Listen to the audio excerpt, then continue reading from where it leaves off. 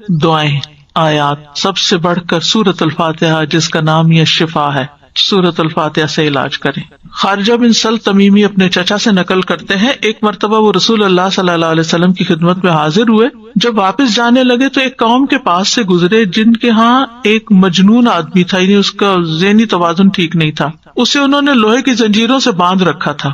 اس کے اہل خانہ کہنے لگے، ہمیں معلوم ہوا کہ تمہارا یہ ساتھی یعنی نبی صلی اللہ علیہ وسلم کو خیر لے کے آیا ہے، وہ خود نہیں ہوں گے مسلمان، نہیں پتا ہوگا، تو کیا اس کے پاس کوئی ایسی چیز ہے کہ جس سے علاج کیا جائے اس کا؟ وہ کہتے ہیں کہ میں نے سورۃ فاتحہ پڑھ کر دم کیا تو وہ ٹھیک ہو گیا۔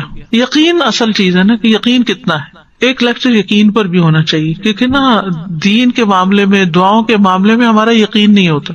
الثقۃ باللہ۔ پھر جو منزل ہم پڑھتے ہیں اس میں سورۃ فاتحہ کے علاوہ آیت الکرسی ہے، البقرہ کی آخری 2 آیات ہیں، کیونکہ نبی صلی اللہ علیہ وسلم نے فرمایا جس نے سورۃ البقرہ کی آخری 2 آیات ایک رات کو پڑھی وہ اسے ہر آفت سے بچانے کے لیے کافی ہوں گی، اور آیت الکرسی کا تو فائدہ آپ کو معلوم ہی ہے۔ پھر معوذات ہیں، قل ھو اللہ احد، قل اعوذ برب الفلق، قل اعوذ برب الناس۔ نبی صلی اللہ علیہ وسلم نے فرمایا صبح اور شام 3 بار معوذات کہہ لو تو یہ ہر چیز سے تمہیں کفایت کریں گی۔ پھر یہ دعا جو کل میں نے آپ کو بتائی تھی، انی مسنی الضر وانت ارحم الراحمین، اور اگر وسوسے آ رہے ہیں بہت اور بے چینی ہے اور دل پریشان ہے تو انی مسنی الشیطان بنصب وعذاب، کہ شیطان نے مجھے سخت تکلیف اور عذاب میں ڈال رکھا ہے، یعنی وسوسوں اور نیگیٹو تھنکنگ کی وجہ سے۔ حضرت ایوب علیہ السلام کا حال یاد کر کے اور پھر انت ارحم الراحمین بھی کہیں ساتھ، اور پھر ایوب علیہ السلام کا انداز جو ہے نا دعا کا وہ بڑا خوبصورت ہے،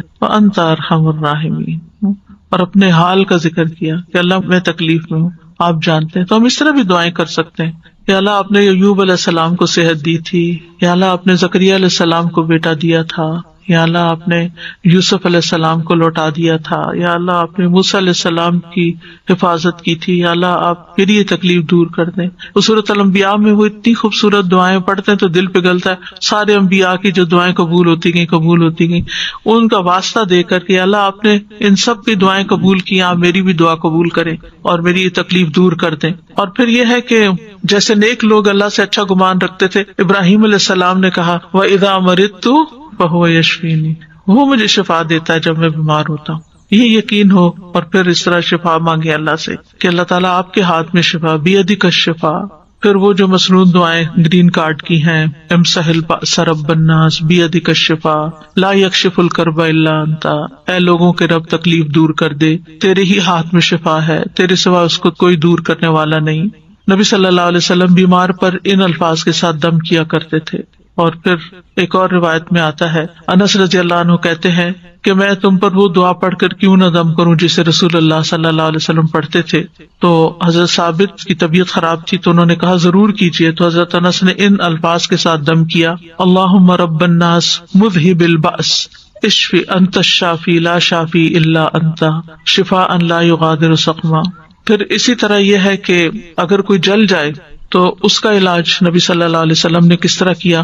ایک خاتون کہتی ہیں کہ میں حبشہ سے واپس آ رہی تھی، مدینہ سے کچھ فاصلے پر تھی تو کھانا پکانا شروع کیا، لکڑیاں ختم ہوئی تو لکڑیوں کی تلاش میں نکلی تو بچے نے ہانڈی اپنے اوپر گرا لی اور وہ بازو پہ گر گئی اور وہ جل گیا۔ تو وہ پھر لے کے نبی صلی اللہ علیہ وسلم کی خدمت میں حاضر ہوئی، کہا اللہ کے رسول صلی اللہ علیہ وسلم میرے ماں باپ آپ پہ قربان، یہ محمد بن حاتم ہیں اور ان کے ساتھ یہ ہوا ہے۔ تو آپ نے اپنا لعاب دہن ڈالا اور سر پہ ہاتھ پھیرا اور برکت کی دعا کی، اور اس جلی ہوئی جگہ پر لعاب دہن ڈالتے جاتے تھے اور ساتھ یہ دعا پڑھتے تھے، اذهب البأس رب الناس واشف انت الشافی لا شفاء الا شفاؤک اشف شفاء لا یغادر سقما۔ اور پچھلے دنوں ایک پوسٹ آپ نے بھی شاید دیکھی ہو جس میں وہ کوئی حکیم یا طبیب ایسی ریکمینڈ کرتا ہے کہ اگر کوئی شخص صبح کے وقت اپنا پہلا لعاب اپنی آنکھوں کے اندر لگاتا ہے تو اس کی آنکھوں کی بینائی تیز ہو جاتی ہے اور بیماریاں دور ہوتے ہیں۔ بہرحال لعاب کے اندر بھی اللہ نے شفا رکھی ہے۔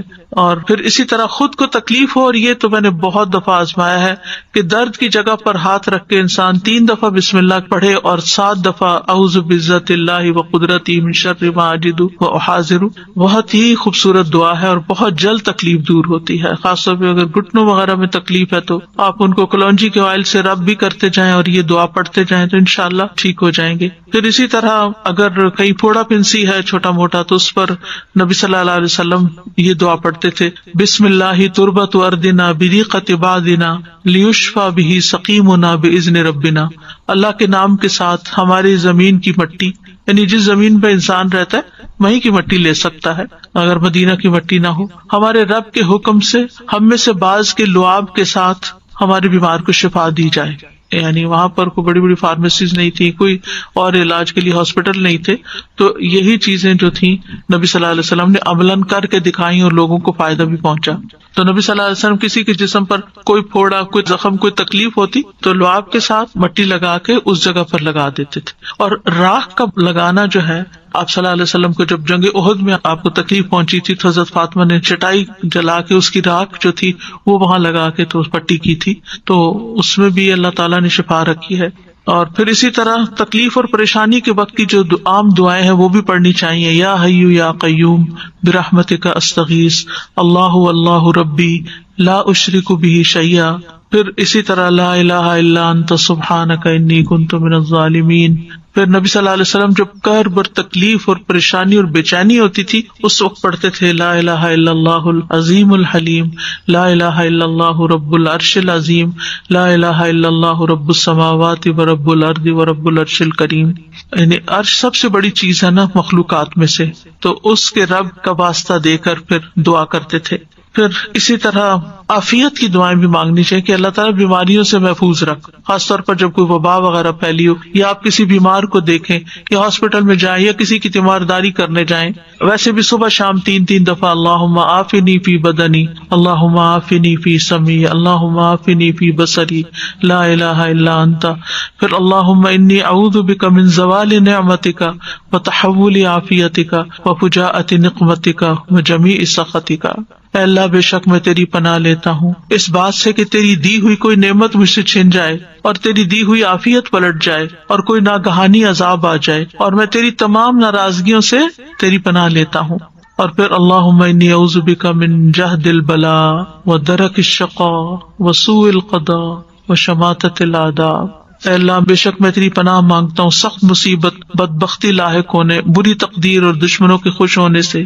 پھر اسی طرح اللہم انی اعوذ بک من السمم والبکم والجنون والجذام والبرص وسیء الاسقام. اے اللہ بے شک میں بہرے پن، گنگے پن، پاگل پن، کوڑ، برس اور تمام بری بیماریوں سے تیری پناہ مانگتا ہوں. اور پھر اللہم انی اعوذ بک من الہم والحزن والعجز والکسل والجبن والبخل وغلبۃ الدین وقہر الرجال. اخلاقی بیماریوں سے، روحانی بیماریوں سے نجات. اے اللہ میں تیری پناہ مانگتا ہوں دکھ، غم، عاجزی، سستی، بخل، بزدلی، قرضداری کے بوجھ اور لوگوں کے اپنے اوپر غلبے سے. پھر اعوذ بکلمات اللہ التامات من شر ما خلق. ہر طرح کے شر سے اللہ تو مجھے بچا لے. جہاں بھی انسان جائے، کسی شہر میں جائے، کسی جگہ پر جائے، پلین میں ہو، کہیں پر آپ انٹر ہو، بینک میں، اسکول میں، تو 3 دفعہ اگر آپ یہ پڑھ لیں کوئی چیز آپ کو نقصان نہیں دیتی. کیونکہ انسان کو ڈر ہوتا ہے نا کہیں وائرسز ہوں گے، اور خاص طور پر آج کل کے سیناریو میں. پھر اعوذ بکلمات اللہ التامات من کل شیطان وہامۃ ومن کل عین لامۃ. یعنی لوگوں کی گیدرنگ میں جائیں آپ کو ڈر ہوتا ہے کہ نظر نہ لگ جائے کوئی اور اسی طرح کی. یہ دعا بھی بہت فائدے کی ہے، ویسے بھی پڑھنی چاہیے. اور پھر شیطانی وسوسے سے اگر بہت نیگیٹو تھنکنگ ہو رہی ہو اور بہت برے برے خیالات آ رہے ہوں، کسی کے بارے میں کوئی بات بہت بری ستا رہی ہو، تو اعوذ بکلمات اللہ التامات من غضبہ وعقابہ وشر عبادہ ومن ھمزات الشیاطین وان یحضرون. خاص طور پہ برا خواب آنے کے بعد اگر دل پہ بار بار پریشانی کا خیال آ رہا ہے، بار بار آ رہا ہے، تو اس کو بھی جھٹکنے کے لیے یہ دعا پڑھی جا سکتی. تو اللہ تعالیٰ محفوظ رکھیں گے. اب بس آخر میں چند موٹی موٹی باتیں کہ اگر آپ کسی بیمار کے پاس جائیں تو کن چیزوں کا خیال رکھیں، کیونکہ مریضوں کی عادت کا حکم دیا گیا ہے، کیونکہ اس سے انسان کو اپنی نعمتیں یاد آتی ہیں اور انسان کو آخرت کی یاد آتی ہے. اور مسلمان کی عادت جو ہے وہ دوسرے مسلمان پر حق ہے، خاص طور پر اگر کوئی قریبی لوگوں میں سے ہو. نبی صلی اللہ علیہ وسلم نے فرمایا جب کوئی شخص اپنے کسی مسلمان بھائی کی عادت کرتا ہے تو وہ جنت کے باغات میں چلتا ہے یہاں تک کہ بیٹھ جائے، اس کے بیٹھنے پر اللہ کی رحمت اسے ڈھانپ لیتی ہے۔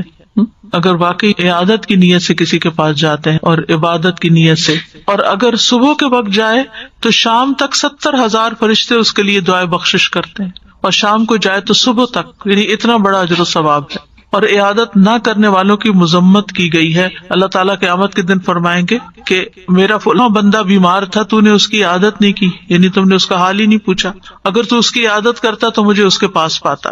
عیادت کرتے وقت اسے اجر کی خوشخبری دی جاتی ہے، اور مریض کو دعا دے کر خوش کریں، ہو سکے اس کو دم کر دیں اور دعا کا کارڈ دے دیں، کوئی بھی ایسی چیز اس کو بتائیں کہ یہ بیماری اس کے درجات کی بلندی کا ذریعہ، اچھی باتیں کریں، حوصلہ افزائی کریں، غم گساری کریں۔